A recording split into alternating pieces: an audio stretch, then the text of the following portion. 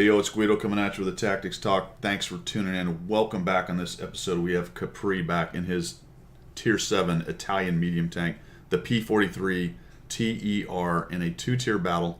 He's bottom tier, but it doesn't matter because he's only 1 tier down. Well, I guess it matters. He'd like to be top tier, wouldn't he? But anyway, not too bad. This is a pretty cool little tank. I actually like this tank quite a bit. He has loaded in here from the south spawn into Cliff, and he's headed to the middle. And his note said, got a good game. I played. I did pretty good. But of course, I would love to see if I could have done better. Thanks, Guido. Well, that's actually interesting. And I like that attitude because let's take a look at a pretty good game. Let's dissect it a little bit and see if we can't find some places where the game could have been better. Because I would submit that any game you play, you could have done a little bit better, even if it was a great game. Unless you killed every single tank, killed all 15 of the enemy, and took every hit point they had, you could probably have played better. And as a matter of fact, if you want to get really ridiculous, if you did that, I bet you could look at it and figure out how you could do it faster or better. All right? Obviously, that's getting up to the extreme. But if you look at a constant improvement kind of idea, remember quality management, TQM, things like that? That's the idea of that. You take anything you do, you look at it, you dissect it, and you figure out if there was something you could have done better. Even if that something was a low probability something, or maybe that's something you might look at it and say, well, that's too difficult. I could do that, but the loss from the gains on that is more than the loss is more than the gains, that kind of thing. But as far as this game goes, if you always look at your replays, my point is, you always look at your replays with an idea of how can I do better at that, then I think you're probably going to find yourself improving quite a bit. In fact, I know you're going to, because that's how people who are the best at whatever it is they are doing operate. They always try to get better, and it can be exhausting. Sometimes you don't get there. We're humans. We don't always get where we're trying to go. So he's going to come up here, get some spotting. There's a T-92 trying to get up the hill, making a run for it. He's thinking, I'm going to make it, and then he's thinking, I'm not going to make it, but he keeps on going with his 300 hit points. And right off the bat, Capri takes a hit in the side. So watch out for that. There's one thing you could do better. You came up on that ramp. You maybe would have had a shot in the T-92. You got some spotting, but you hung out there with no shots. So something better there would have been, take a look. Nope, nothing going on. Get out of there. T-34-1 is sitting here. We got an M445. And we're going to poke around here and take a shot. Ooh, some auto aim. And Capri is one of my subscribers that loves auto aim. He's actually pretty good at making it happen right there. One thing you can do better here is stop poking out with the side of your tank. Look at the face on that rock right there. So my point here is, one thing you can do is you can side scrape out right here, but I maybe wouldn't do that right now. Why? Because the 34-1 has you spotted, and you're probably thinking artillery is probably an A1. That's one of the most likely spots for it. And so that's over here, and the angle is he can no kidding drop on you. So if you side scrape out, you give him a lot better shot right here. He's still going to splash you if he's over there at A1 in this area, but you give him a better shot side scraping. But let's pay attention to that for a while and see when maybe that becomes more of a factor. I would certainly not come out that sideways. Okay, and what I mean by that is I would at least angle in this way a little bit so that you come out with some of your front armor showing, because right now you're really giving them side shots. Poking out right now doesn't do you a whole bunch of good because the dude right there has you proxy lit like crazy. So you need spots. It looks like your SP1C has won the hill. That's important. We've got an IS, and we're going to go ahead and come down here and see if we can deal with him with our IS. He's lost his mind. Down he goes. Nice job. That is a great reaction to the local tactical situation right there. Paying attention to what's going on around you, and you're able to help them take that guy down. There's a bit of spotting damage. You're up to a grand, 243, and we're going to tuck back up into this corner right here. Your team's doing well, right? It's 4-0, so now it's starting to think about, how do I aggressively start to push this enemy team that is on their back heel? Right now, obviously, pushing into the middle here is not the answer, but you need to start thinking about that, and we'll get that in just a minute, because follow-on moves are where extra hit points come from, as in extra damage comes from. You put a shot into him.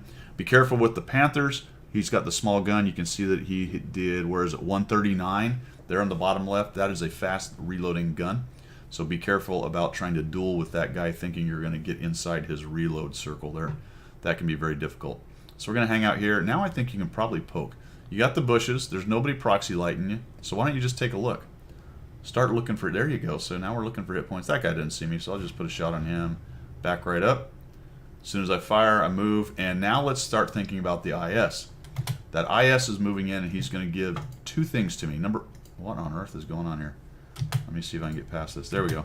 The IS is doing two things for me. The first one is he's got their eyes on him because he just pushed in. Now they're worried about him, right? The second thing is he's lighting guys that I can use that information to shoot with.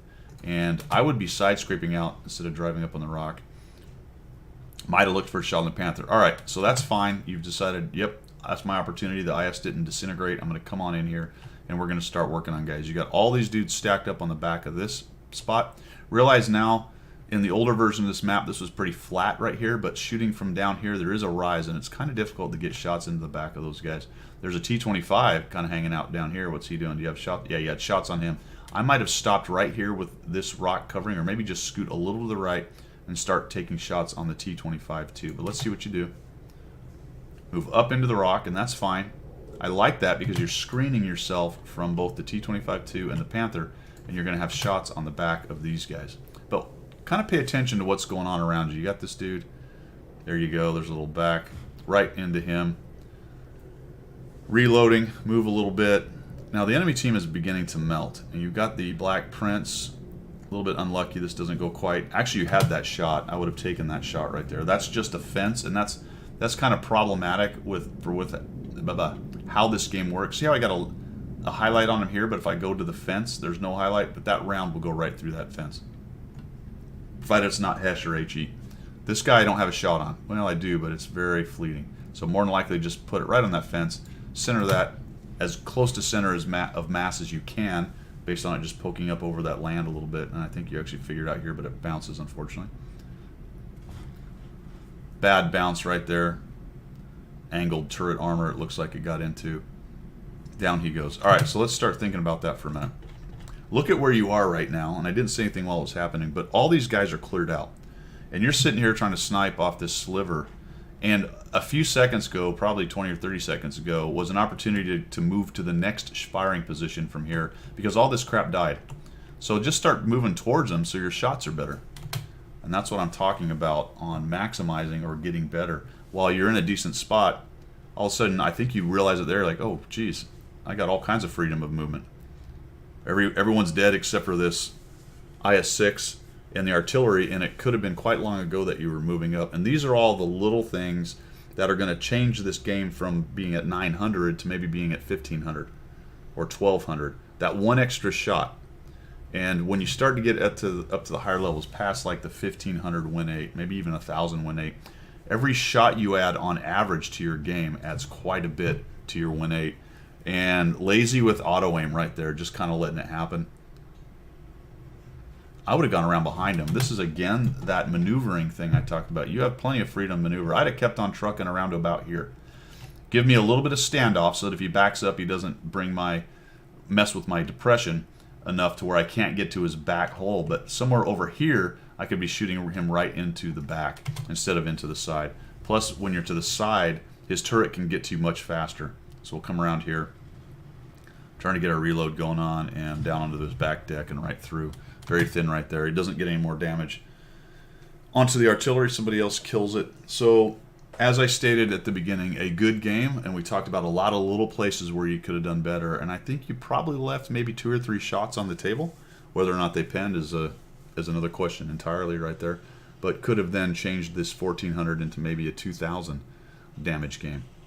And that's basically what I'm talking about. And it just has to do with thinking a couple steps along the way. And I gave you some examples of, I'm in one position, what's going on with the enemy tanks? Can I move to another position sooner? Is it time for me to poke and look for my shots, or do I need to hang back and let the shots be generated based on what my team's doing around me? And swinging from those, I see players at about your level struggle a little bit with it. Oftentimes they do it, but they don't always see it as soon as other players do. And sometimes they miss it entirely. But nice job, man. 3 kills, solid game, good amount of spotting. Lots to build on there. I hope you learned something. For everybody else, I hope you also learned something. And as always, keep on supporting the channel. I do appreciate it, and we will see you.